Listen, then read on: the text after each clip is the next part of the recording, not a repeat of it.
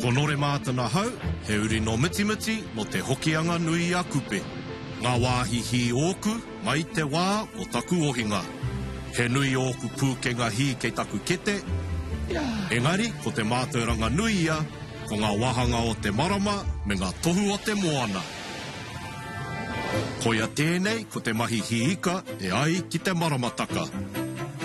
He mea whai ngā mātauranga tuku iho a ngā tūpuna, e hia mano tau ki muri, ā ka tūnoa mai ki tēnei rā. He tohu mai kia mātou, ko hia hi ai, ko hia ai te mātaitai.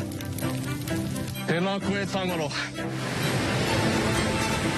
Nō reira, tēnei te hiki tapu ai. He toha mātauranga, he whakamātau pūkenga, ka puta, ka ora. Whakapiri mai, me oku hoa ki te hi, he haerere moana, i runga i a Moontide Fishing.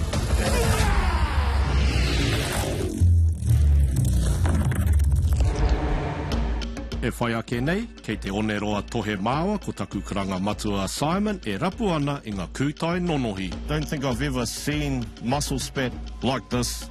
That's cool. Ka hau i ngā ika, Beautiful big kanae, and I'm sure it's fat at the moment. Tangaroa's been good, providing. Fish on. ā ka ua te mahi hi tāmure mai te one. Should be able to see it in a second here. That doesn't look like tāmure to me. It could even be a shark. I think it is a shark. Tangaroa-ā-roto rises 8 days after Rākau Nui, the full moon. Energy is surging, and it's a great day to be fishing. That sweet smile, so subtle on your lips, make each mile so wonderful I dream. And when you sneak a look at me, it's like paradise. Kia ora rā koutou te whānau, hoki mai anō ki Moontide Fishing, te mahi hika e ai ki te maramataka.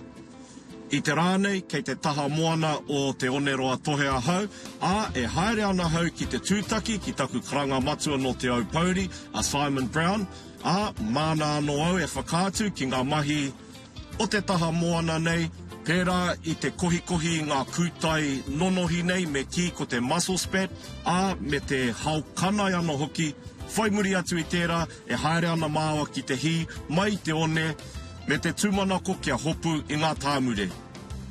Ko te wahanga o te maramataka i te rānei, ko Tangaroa-ā-roto. I whiti mai a Tangaroa-ā-roto i te ata pōnei, ā e ki te tonu ana tōna mata i te rangi i te ata nei.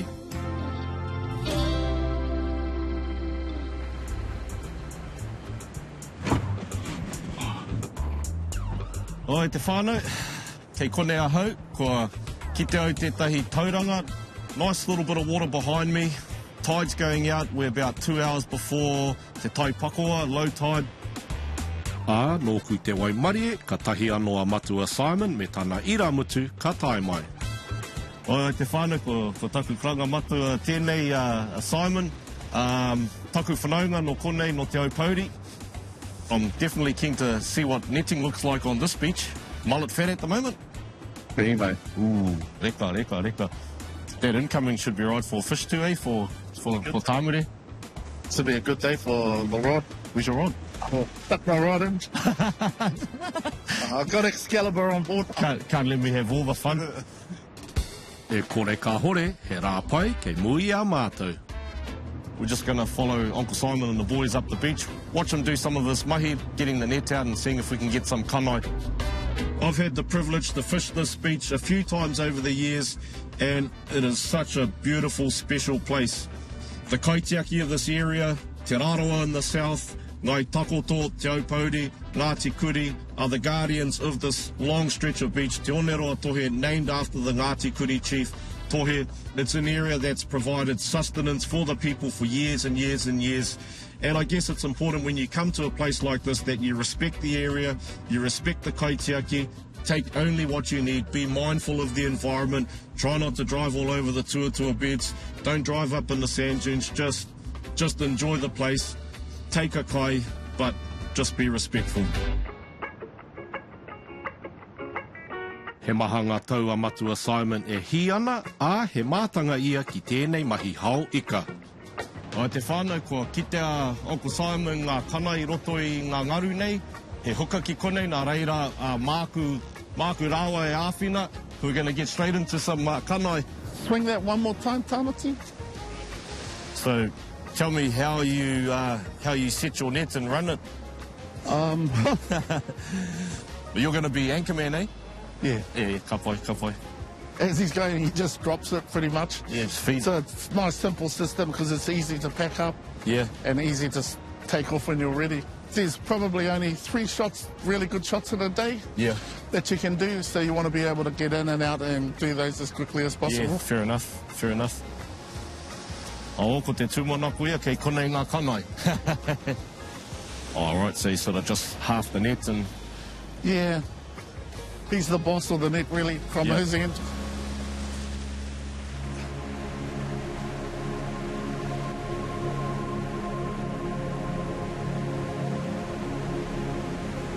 He wāhi a tāhua, he wāhi hirahira anō hoki a Te-Oneroa-a-Tōhē.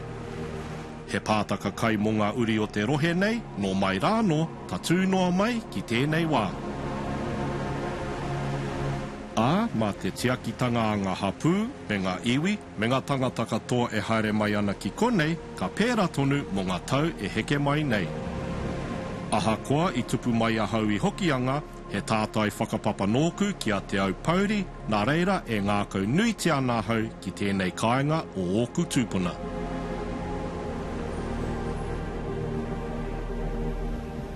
Feels like home whānau, feels like home in Miti, holding the end of the net.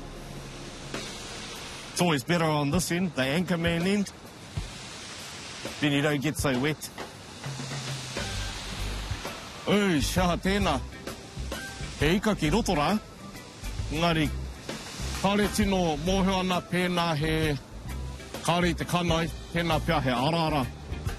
One of the other things you get in the net when you're netting for kanae whānau is the manu, the eagle ray. I think there might be other names for it. You can almost liken it to a bird with their wings. Ooh. Oh, there is a ray in there, eh? Little eagle ray. This is going handy. Engari te āhua nei, he rāngai manu ko mau ki te kupenga.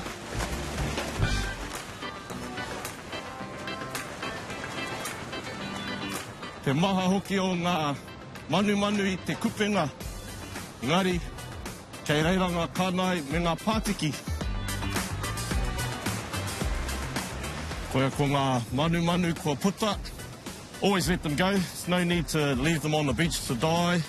And although you can eat them, I never do. Every time I catch one in the net or on a rod, send it home. Kua whakahoki ngā manu ki te wai, ā I ae nei ka kōpana ngā ika kua mau mai ki uta. Whānau, look at that beautiful big kanae, and I'm sure it's fat at the moment. Check this out. Nice arara, beautiful arara, sashimi, raw fish, yum. And of course, we're lucky to get these pātiki as well. Oh, it's just like all my favourite fish, all in one bundle. Ngā mihi Tangaroa. Woo!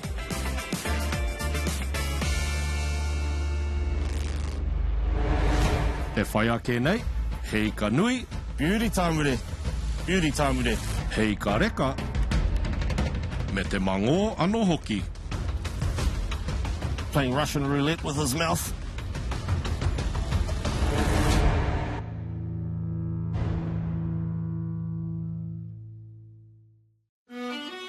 Tangaroa-ā-roto rises 8 days after Rākau Nui, the full moon. A time of surging energy and a great day to be fishing. Put 'em up now, yeah, bring it on good time. Hey, I said a good times, we gonna get it. He tino rawe ngā mahi I Te-Oneroa-a-Tōhē I te ata nei. Feels like home whānau, feels like home. Ā, kua whaihua mātou mā te mahi hau ika. Beautiful big kanae, and I'm sure it's fat at the moment. Ko te tuku anō te kupenga, engari te tuatahi, ka rapu I ngā kūtai nonohi. Now what we're doing is we're continuing along the coast, seeing if any mussel spat will be out there so that he can collect. And again, that helps to feed the whole kūtai industry around Aotearoa. Almost all of the spat comes from Te-Oneroa-a-Tōhē, so it is a very valuable resource to the people up here, but it also helps to get kūtai growing all around Aotearoa. Ka hore I roa, ka kite a matu assignment I ngā kūtai nonohi kua pai ki uta. Your uncle's found a bit of seaweed here, and so there's a little bit of mussel spat in there, eh? Yeah. So you can sort of see them. Oh, right. I actually can see it right there. Yeah. Maybe 5,000 or 6,000 on there. Oh, really? Yeah. Like just as little microscopic stuff. And so they just take all of this down on South Island or to all of the farms and spread it out on their roads. Oh, wicked. So you want to try and find a lot of that, or is it a different type? It normally comes in at the low tide and sits there. Yeah. And we'll just move our trailer out there and just start scooping it in into the trailer. Oh, that's pretty cool, whānau. I don't think I've ever seen mussel spat like this. That's cool. Nō ku te waimari I te rānei, nā te mea he nui te mātauranga me ngā kōrero papai e tukua mai ana kia hau. See, there's some there. And will it all be on seaweed like up along the beach? Hopefully. Hopefully, eh? Atu I te kōtahi tau ki muri, ka tīmata a matu assignment I tana kamupene ki te kohi I ngā kūtai nonohi. We're the first Māori company from the kainga to ever do this. Hand gathering? Yeah. As long as you've got people in those kaitiaki roles looking after it, keeping it sustainable so you can always get out and gather kai, but it's always going to still be there. Hence why we don't use machines. We feel that's a bit too intrusive for the beach. Yeah.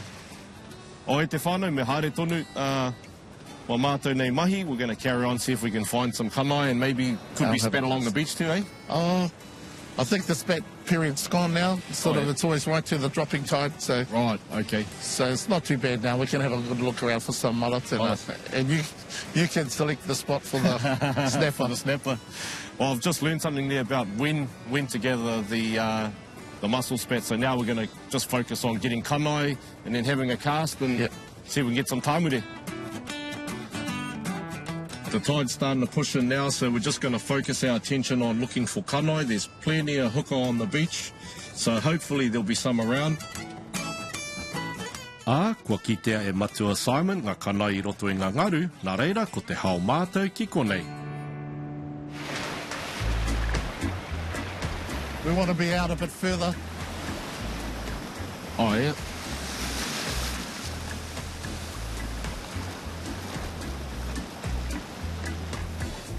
What? Pull! O e te whānau, mahi a ngā mahi e horana te kupenga. Ia, ko kite au tētahi kanae ko mau. Nā reira kei konei. The tāmate's just feeding out the end of the net. Already seen one kanae hit the net. Hopefully as the waves push out, that'll cause the mullet to go into the net. Come in. You should be able to pull now.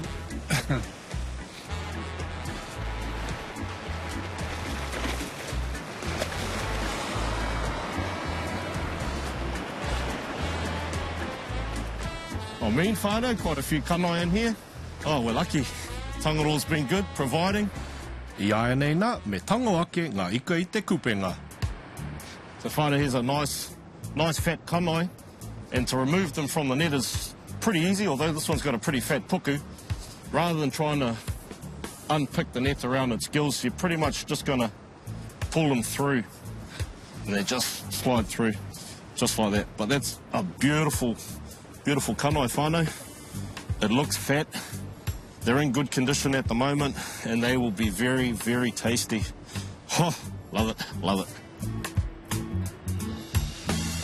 So have you got any particular tikanga or ture when it comes to netting? I saw you before, you were pointing like this, and that was something we always taught growing up, don't point at the moana. Yeah, all those little things are still in practice. Yeah.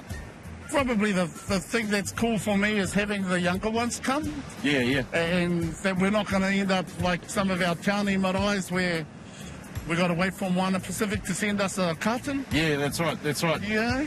That's actually a really good quality you've just said there, because that's something we've always, maintained. We want to be able to provide for our own people, our own hui, tangi, whatever. That's all part of being who we are.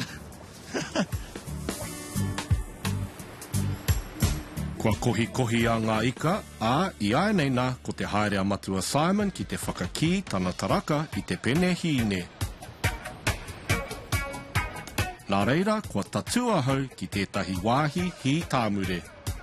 When you're surf casting, you do need a good rod, good surf casting rod. Most people use rods between 13 to 15 foot. The one I've got is a 15 foot. It's the Penn Tidal.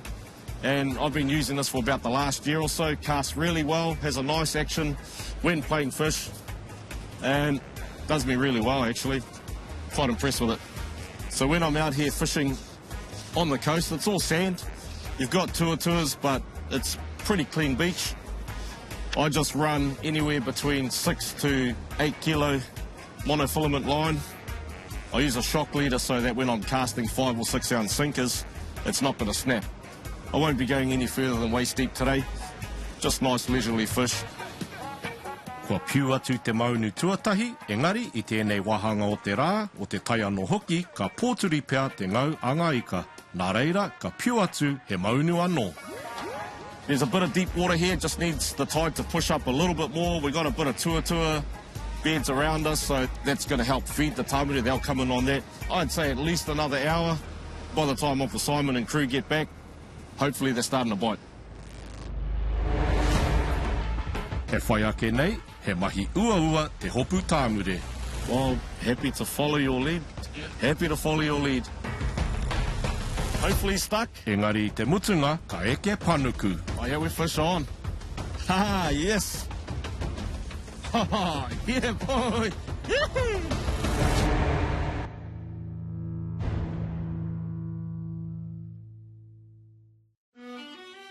Tangaroa-ā-roto rises 8 days after Rākau Nui, the full moon.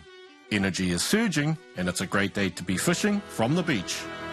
On our left, I'm sitting on the beach and I'm trying to forget hardships that we met yesterday. He rawe te rā, he nui ngā mahi kua oti I runga I Te-Oneroa-a-Tōhē. Kua hopu ika mā te mahi hao. I mean, whānau, quite a few kanae in here. Engari, toru noi ho ngā kūtai nonohi I kohia. I think the spat period's gone now. It's always right to the dropping tide, so... Right, okay. Tata ki te rua haora e hi tāmure ana, engari, ka hore anō tētahi kia hopu. Kua hoki mai a matua Simon, mā tōna mōhioranga pia, ka tae au te hopu tāmure. Got any other nearby spots you think might fire better? Because there's still a bit of time before that fills in, I reckon. Well, I think we're a bit better further up than here. Did you notice all the other guys going off? Yeah, I did see that. But what do you think? Would you go right up around Matapia and that, or...? Oh, come on. There, Whittle, which is just the next turn up. Well, happy to follow your lead. Yeah. Happy to follow your lead. Uncle Simon, he's got the next spot for us, local knowledge. So hopefully as we get closer to Te Tai Pari, we're nearly at Te Tai Whanake, half tide coming in. As that tide comes in, pushes up a bit higher, hopefully there'll be some tāmure, maybe some arara. Hopefully we'll get some fish on the rod to finish the day. It doesn't look too bad on the other side of that, eh? Yeah. I think you might have put us on not a bad looking bit of water. Kua piu ngā maunu I konei.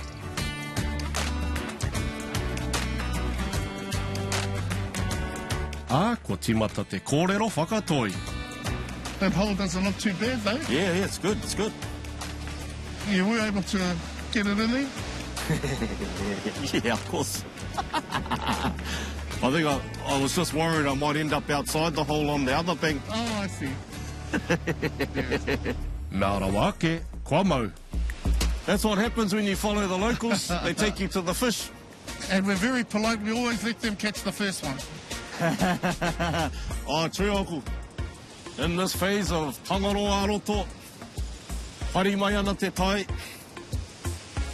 We're past te tai whanake, so we're into the last 2 and a bit hours of the incoming. Late afternoon, sun getting closer to the horizon. Perfect time to be on the water. Oh, this is what it's all about, whānau. Is it tāmure? Sure is, whānau. Oosh. Yeah. Get him out of the water. Moon, uncle, thanks for putting us on the spot. The fish are here. Hey? Nothing wrong with that fish. Yeah, just got to check. It's got 2 eyes. Beauty tāmure. Beauty tāmure. Titero mai ki tēnei te whānau, tāmure tino pai. That's a beauty eating size too, eh? Nā, mean. Tēnei wā o Tangaroa-ā-roto, ko tīmata te ngau a ngā ika, ngā tāmure nei. This one, nice one to give to the whānau. Hara mai, ko hopu tāmure ahau. Ko ngā hua o Tangaroa-ā-roto e kite ana. Oh yeah, we're on whānau, we're on. I wonder if this is another tāmure, I'm hoping so. Oh yes. A little bit smaller than the last one, whānau, but that is a perfect little eating size tāmure. Beautiful, beautiful. Happy days. Kua tīmata te ngau a ngā tāmure, a ko tīmata anō ngā kōrero whakatoi. And I'm happy you're shorter casting than me, so Yeah, I thought I'd just lob it. Nah. Oh yeah, we fish on. Haha, yes. I'll tell you what, these fish are punching above their weight for their size. Another beauty tāmure here on Te-Oneroa-a-Tōhē. Oh, this is one I'll definitely put in the bin to take home for the whānau. Tangaroa e mihi ana. E tika ana me toha atu ngā ika ki te whānau, a ko tai te wā kia hoki a matua Simon Mā ki te kāinga. Oh well, thank you again for today. Ngā mihi mo te manaakitanga I runga I te taha moana nei, appreciate it. And hopefully Tangaroa will remain kind and maybe flick 1 or 2 more tāmure in. Hopefully just as you're driving past that'll... Nah, it's been a good day, thank you. I think it's going now. Is it? No. Ngā mihi. Aha koa ko au anake I ai nei, e pai ana tēnā ko tautaku wairua. Oh, got a pretty nice fish on here, whānau. Should be able to see it in a second here. It doesn't look like tāmure to me. It could even be a shark. Oh, oosh. Little mango. Little bronze whaler shark. I've never caught one this small before. I have caught slightly bigger. What a beautiful fish. Look at the colour. Ko te whakahoki ahau te mango nei, engari me tupato ahau I te tango matau. Playing Russian roulette with his mouth. There we go. Oh, whānau. Beautiful young bronzy. I'm going to let this one go because it's not the fish I want to eat. He's away. Kua tai te wā kia piu atu taku maunu whakamutunga. Oh, that was a good bit. I'll just make sure it's on. Is he on? Oh, whānau. Don't know if a snapper pulls that hard. It could be. Oh. Now, what do we got? Oh, that looks red to me. Far out. Whew, man, he was a fighter for his size. It's a nice fish. Just full of colour.